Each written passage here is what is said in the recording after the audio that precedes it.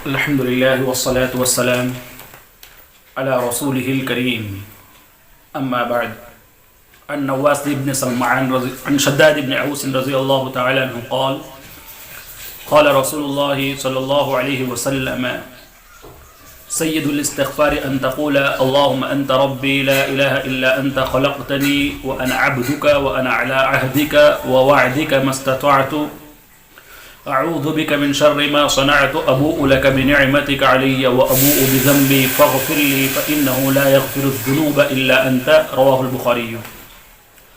معزز سامعین، آپ کے سامنے ہم سید الاستغفار کا پارٹ 3 لے کر حاضر ہوئے ہیں. پارٹ 2 اور پارٹ 1 دیکھنے کے لیے ہمارے پچھلے ویڈیوز آپ ضرور دیکھیں، اور اسی پارٹ 1 اور پارٹ 2 میں آپ کو سید الاستغفار کے بارے میں بنیادی معلومات، ترجمہ، راوی حدیث کا تعارف وغیرہ مل جائے گا. اور آگے بڑھنے سے پہلے ہم آپ کے سامنے بارہا یہ گزارش کرتے آ رہے ہیں، اور دوبارہ ہم گزارش کریں گے کہ آپ ہمارے چینل کو سبسکرائب کریں، لائک کریں، شیئر کریں اور بیل آئیکن کو پریس کریں، عام گروپس میں فارورڈ کریں تاکہ اسلام کا اتھینٹک پیغام لوگوں کے پاس آسانی پہنچ جائے. اور آج کے درس میں جو ہمیں آپ کے سامنے ذکر کرنا ہے وہ ہے سید الاستغفار کی شرح. سید الاستغفار کا معنی و مفہوم کیا ہے؟ جب ہم پڑھتے ہیں تو ڈیٹیل میں اس کو کیسے سمجھے، اور پڑھتے ہیں تو رسمی ایسے ہی نہ پڑھے بلکہ پورا معنی اور مفہوم محسوس اور فیل کرتے ہوئے پڑھے. اس لیے محسوس کرنا ہے کہ اس میں اللہ تعالیٰ کی توحید ذکر کی گئی ہے، اور اللہ تعالیٰ کی توحید کو ذکر کرتے ہوئے اس کے احساسات کو بجا لانا اور سمجھنا یہ بھی عبادت ہے. سید الاستغفار میں اللہ تعالیٰ نے اپنے ایک عظیم صفات ذکر کیے ہیں. اللہ تعالیٰ نے بندے کے اعتراف کے ساتھ سید الاستغفار کو ذکر کیا ہے. ربوبیت، پھر توحید الوہیت کو اللہ نے ذکر کیا ہے. پھر بندہ توحید ربوبیت کے بعد، توحید الوہیت کے بعد اپنے وجود کا ذکر کرتا ہے. جبکہ وہ معدوم تھا، اللہ تعالیٰ نے اسے دنیا میں وجود بخشا ہے. کہتے ہیں کہ پھر بندہ اپنے آپ کو وَأَنَا عَبْدُكَ کہہ کر پکار رہا ہے کہ اے اللہ میں تیرا بندہ ہوں. اس میں بندے کی عاجزی، انکساری، تزلزل اور بندے کا اپنے سلیو ہونے کی نشانی بندہ دے رہا ہے. جب اس دعا کا ہم آغاز کرتے ہیں تو سب سے پہلے اللہم انت ربی ہم سنتے ہیں، جس میں بندہ یہ کہہ رہا ہے اے اللہ تو میرا رب ہے. جس میں بندہ توحید ربوبیت کا اقرار کر رہا ہے. توحید ربوبیت کیا ہے؟ توحید ربوبیت یہ ہے کہ بندہ اس بات کا اعتراف کرتا ہے کہ اس دنیا کو چلانے والا، لوگوں کی ڈیسٹینی لکھنے والا، آسمان و زمین کو پیدا کرنے والا، مجھے اور آپ کو پیدا کرنے والا، مجھے اور آپ کو روزی دینے والا، مجھے اور آپ کو اولاد دینے والا کون ہے؟ اللہ تعالیٰ. تو توحید ربوبیت میں اتنی چیزیں آ جاتی ہیں.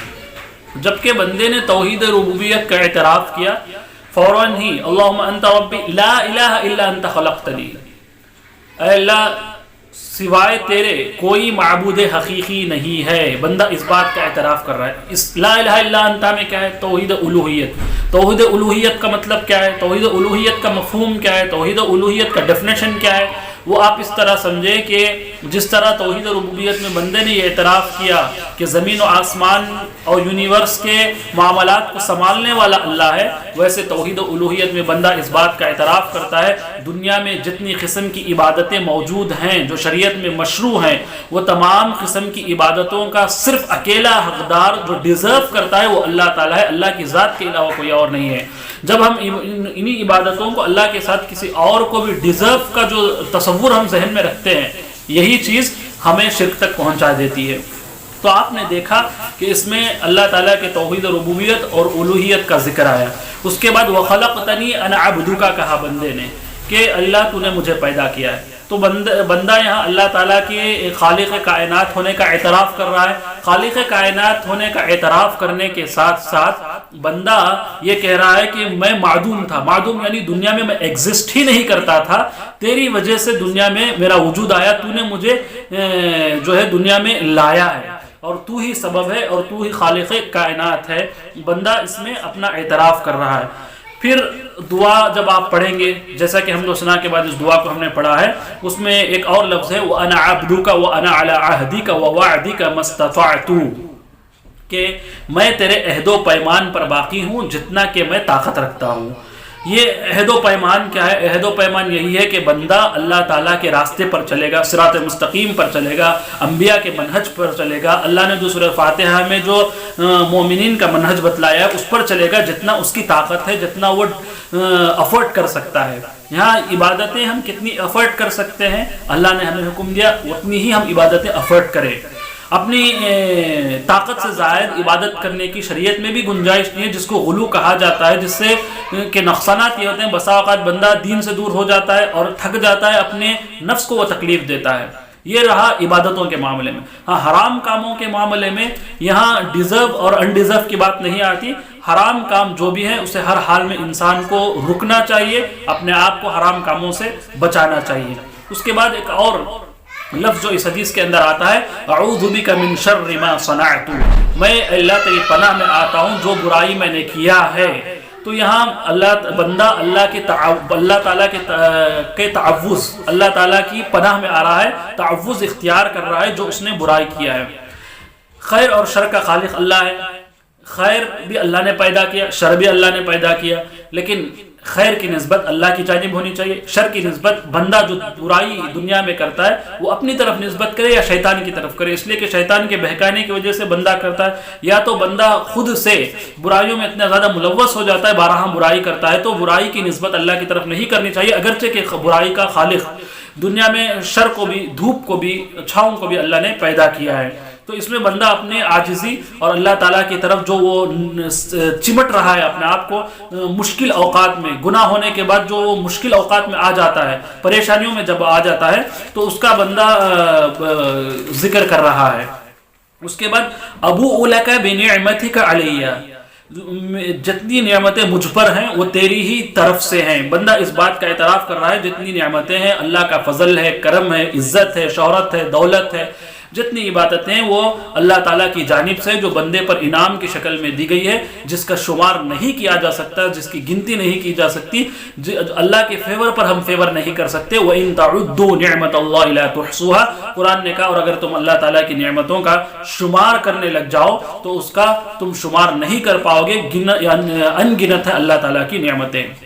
اس کے بعد وہ ابو بذنبی, بندہ اپنے گناہوں کا اس جملے میں اعتراف کر رہا ہے, چاہے وہ گناہ ذنب معین ہو, مخصوص گناہ وہ جو ماضی میں انجام دیتا رہتا تھا, یا مستقبل میں ہونے والے گناہ, یا کوئی بھی عام گناہ بندہ انجام دیتا تھا, اس کا بندہ ذکر کر رہا ہے اور یہاں اعتراف کر رہا ہے. گناہوں کا اعتراف کرنے کا مقصود اور مفہوم کیا ہے؟ کہ اس کے گناہ معاف ہو جائے. اس لیے کہ استغفار اور اعتراف بندے کے گناہوں کا کفارہ اور اس کے دھلنے کا سبب بنتا ہے. یہ ہم نے آپ کے سامنے سید الاستغفار کی شرح ذکر کی ہے مختصراً اچھے انداز میں. اس کے بعد ہم انبیاء کی مثالیں ذکر کریں گے. استغفار انبیاء کیسے کیا کرتے تھے, استغفار کے بعد میں انبیاء کو ہم کیسے نمونہ بنانا چاہیے, یا اسی طرح انبیاء سے جو غلطیاں سرزد ہوئی ہیں وہ اس کو کس نظریے سے ایک عام مومن کو دیکھنا چاہیے, یہ ہم آئندہ دروس میں آپ کے سامنے ذکر کریں گے. آخر جاتے ہوئے ہم ضرور یہ آپ کے سامنے گزارش پیش کریں گے, ہمارے چینل کو آپ سبسکرائب کریں, لائک کریں, شیئر کریں, بیل آئیکن کو پریس کریں, عام گروپس میں فارورڈ کریں, اور یہ ہمارے ویڈیو کو اینڈ تک آپ دیکھیں. آمین. وآخر دعوانا الحمد للہ رب العالمین.